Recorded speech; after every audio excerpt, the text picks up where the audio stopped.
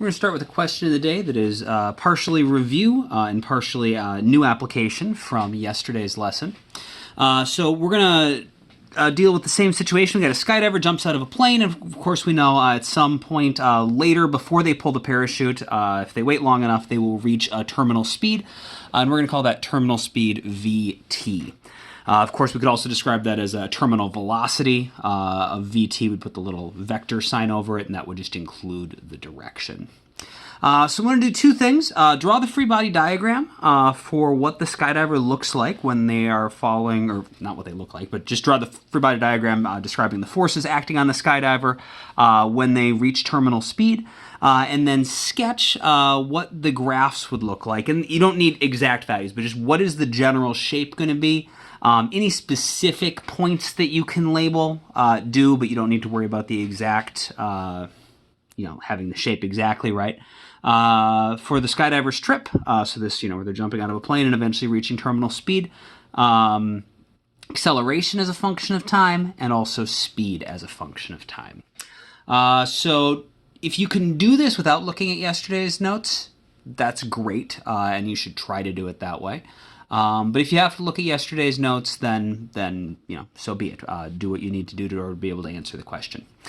So go ahead and pause the video, try to answer this, and unpause when you are ready to go over the answer. Okay, so first off, the free body diagram. Remember, anytime we are at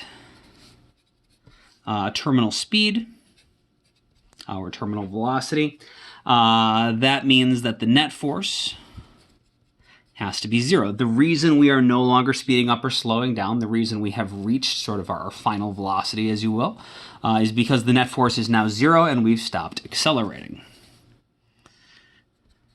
So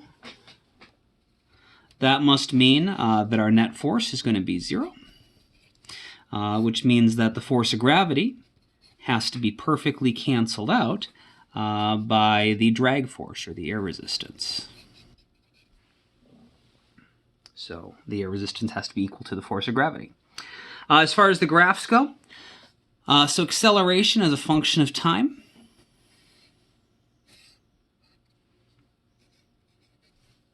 So there's sort of two ways people think about this. If you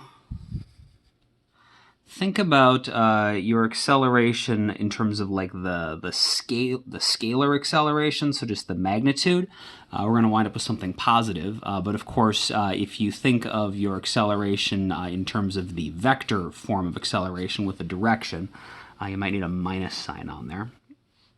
In either case, at time zero, right?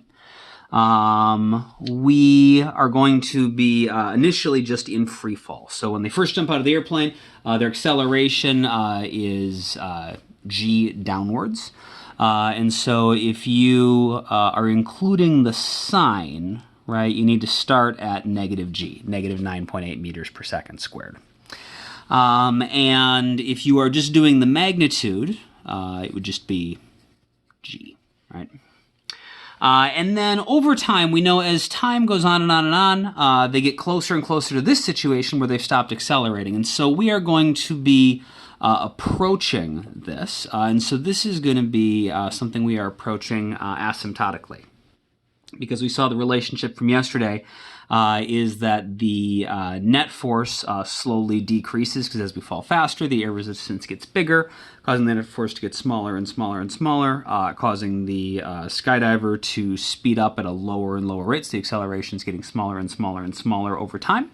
And so we need to have an asymptotical approach to an acceleration of zero.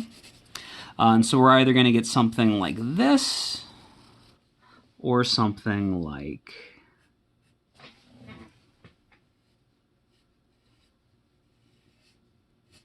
this.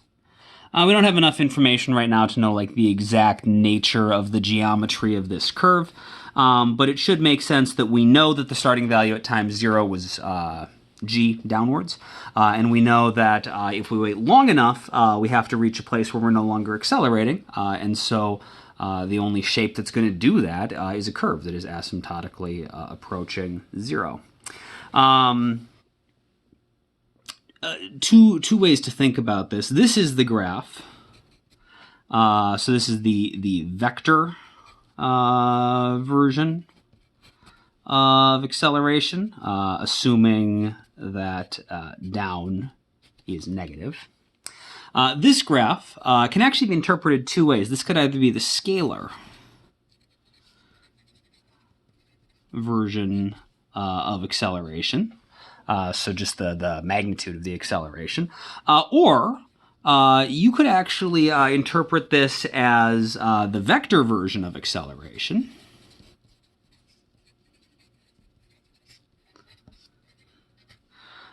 If we assume that down is positive.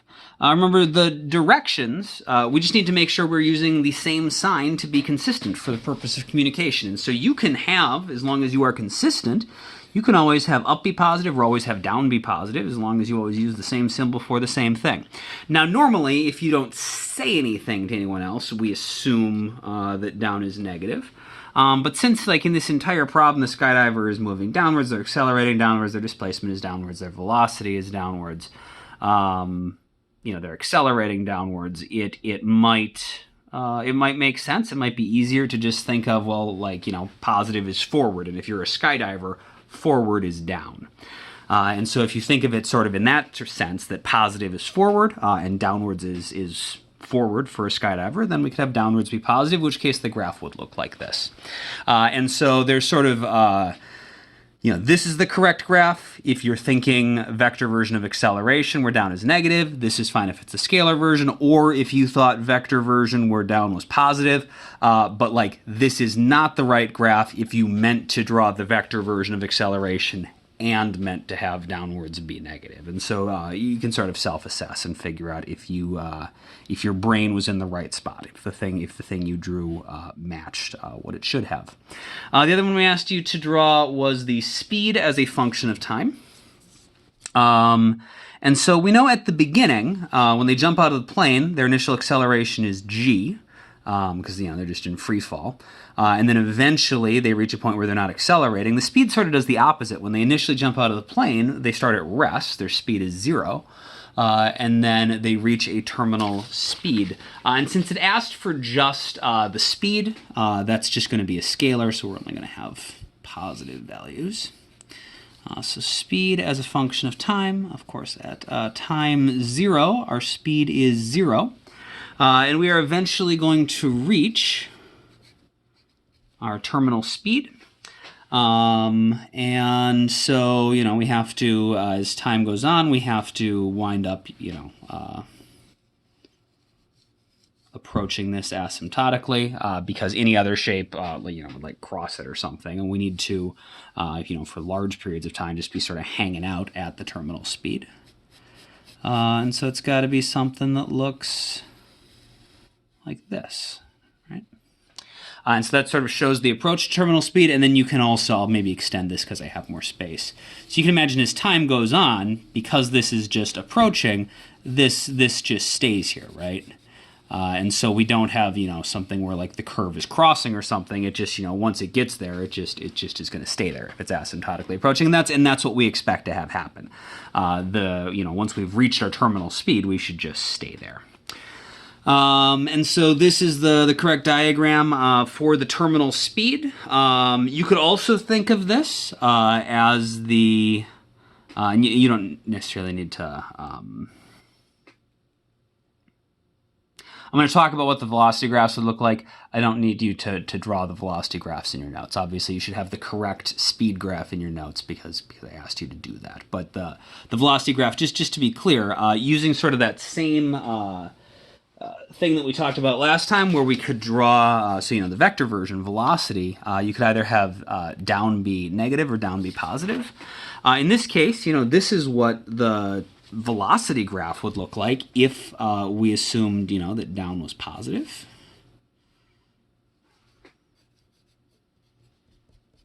If, on the other hand, you wanted to draw the velocity graph and you wanted to use, the standard convention of down being negative, then we start at 0 and our velocity is getting increasingly negative.